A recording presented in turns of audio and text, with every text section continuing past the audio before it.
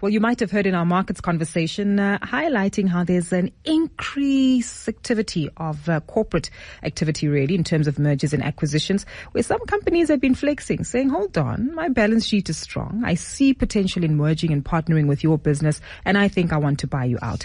In some cases, it looks to be working out quite favorably, and in others, we need to be cognizant of monitoring competition. The last thing we want is to have an oligopoly of companies who actually lead the market and actually minimize any kind of competitive behavior. And this is where the role and function of the Competition Commission comes in. In recent news, they've actually blocked a potential deal whereby two paint manufacturers, Dulux as well as Plascon in South Africa, their founding and rather holding companies which are internationally held, were seeking to pursue an opportunity of a potential partnership there. To tell us more as to why this deal has been blocked and some of the considerations that are taken into account when it comes to mergers and acquisitions, we're joined by Tamara Paremoer, who joins us as Divisional Manager of Mergers and Acquisitions at the Competition Commission. Such a pleasure to have you with us, Tamara. Hi, Guru. Such a pleasure to speak to you. Fantastic. You have an interesting job. Essentially, you're the person who decides, and I'm going to use a relationship analogy, right? Where two people say, okay, we're courting each other. We like each other as companies and we think we can make this thing work. And sometimes you have to come in and step in and say, hold on. There are a number of considerations that we need to bear in mind, especially when it comes to its influence on the market. So I think first things first, taking a look at this potential takeover of Plascon by Dulux's holding company, give us some insight as to where you start as the Competition Commission to evaluate the merits of the deal. That's exactly what we do. I've never quite thought about it in that way, but it's quite a nice way of describing it. And what we do is we don't only look at the relationship between the two, but to take your analogy a bit further, what does this marriage mean for the public at large? We look at the effect on competition, but importantly, we also have to look at the effect of the transaction on public interest. So these are things like employment, whether or not the transaction promotes the greater spread of ownership, and if it has a particular effect on a sector or a region, for example. But in this particular transaction, we were faced with the market leaders, essentially, in decorative paints, which are the paints we use in our houses, for example, who have prominent brands with a lot of brand equity and are the top two, essentially, across many channels. Mm-hmm. These are the two companies that wanted to merge. I think we all know Dulux and Plascon. Yes. So that was the primary concern, to assess how closely they compete with each other, and collectively, if the merger were to be allowed, whether the combined force of Dulux plus Plascon would be constrained by the remaining paint manufacturers. And we found that there was insufficient guarantee that they would be constrained if they were allowed to merge. Got you. And I think that's so important because so often we just think, oh, well, if these two companies actually collaborate to become a leading manufacturer of paint services in South Africa, then, it seems and sounds favorable to the average individual. But remind us as to why competition is important to keep an economy robust and thriving as per the participation of the Competition Commission.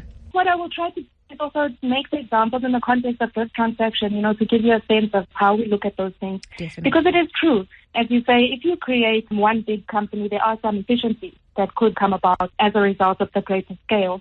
But what we also have to look at is how closely do they compete on price? If the one, for example, has promotion of some sort, does the other one respond? Because those reductions in price would be beneficial to consumers. And also in the long term, if you have fierce competition between these two parties, for example, it would encourage them to invest in research and development, the expansion of their product range, and maybe even improving quality at a lower price. So those are kinds of benefits, I think, that come from competition. And in the context of this transaction, it's also the things we were concerned we may lose. And I think that's important for us to also understand. And in light of the fact that Plascon has a rich history in South Africa and was later taken over by an international holding firm together with Dulux, does that also play a role in terms of evaluating the participation of multinational companies that actually might be behind the local brands that we are familiar with? So it does play a role, particularly in the public interest assessment as well, right?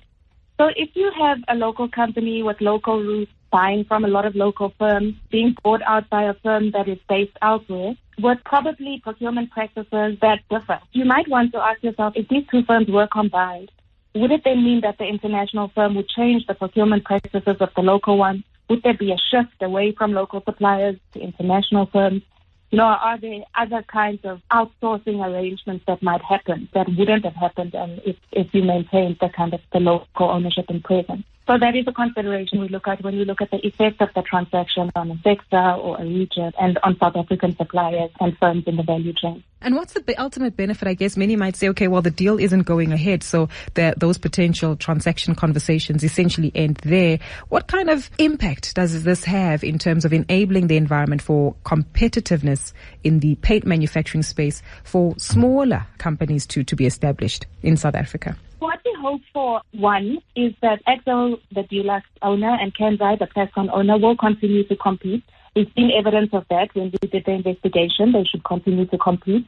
But the other important part of this transaction also is that Plascon, in this case, manufactures what we call colorants. So some independent and smaller paint manufacturers use those colorants to tint their paint. And we were worried that there would be some supply concerns. If this entity was combined, they might stop that, undercut competition. Though they did offer some remedies around that, we know without the transaction that's less likely to happen. Gotcha. Because they will be smaller. So we're hoping that even elements like that would further encourage competition even from smaller firms and those that are growing, like your Durham, etc. Definitely. So for the moment, Tamara, I am aware that you're not necessarily involved in the operational activity of the companies or any additional talks that they might have. But does this mean that any future potential engagements and partnerships between these two brands will not likely take place given the outcomes of the Competition Commission? So we have made a decision as the Competition Commission.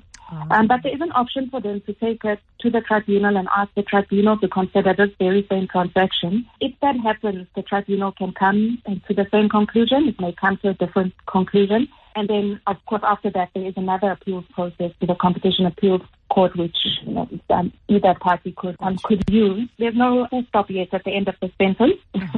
We will see what happens. That makes a lot of sense. Thank you so much for educating us on this. I think so often we tend to forget that we've got institutions like the Competition Commission who play a very critical role in South Africa, protecting jobs, protecting the economy, and even sectors of our economy in keeping them vibrant and competitive. So when we see headlines like this, it's not a slap on the wrist, but really a means of protecting the competitiveness in our economy. So thank you for educating us on this particular deal.